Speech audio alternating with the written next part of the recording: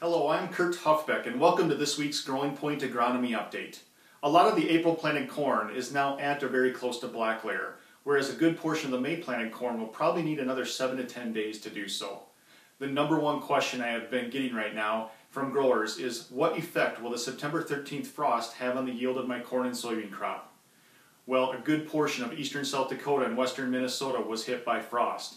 And the answer to that question will depend largely upon how deep into the canopy did the frost go, as well as what stage was the crop at when the frost occurred. For example, according to this chart from the University of Minnesota, you can see that if it was only the leaves that were killed by frost and the corn was half milkline, you could expect approximately 5% yield loss and some lighter test weight. Whereas, if the corn was only at 1/4 milkline, yield losses could be as high as 18%. Fortunately, most of the frost was not considered a killing frost, where stalk, stem, and leaves were all killed. So, yield losses are less, as the live stalk can still help finish the ear and preserve some yield potential. When stalks are killed, in addition to the leaves, yield loss percentages almost double.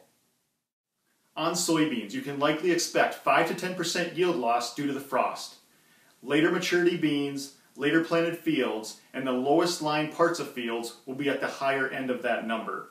Earlier maturity beans like 0.8 to 1.5 maturity soybeans were probably far enough along in development that any loss there would be very minimal. One important scouting observation to make in cornfields right now is looking for any premature death in plants. That could be a result of any root or crown rot issues and or stalk rots like anthracnose, gibberella, diplodia, or fusarium stalk rots.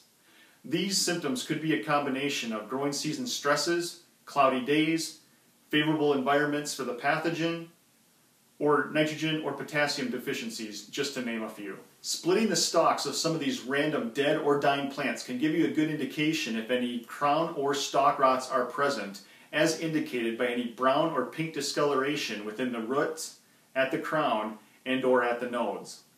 Plants with these symptoms may be prone to early stalk lodging.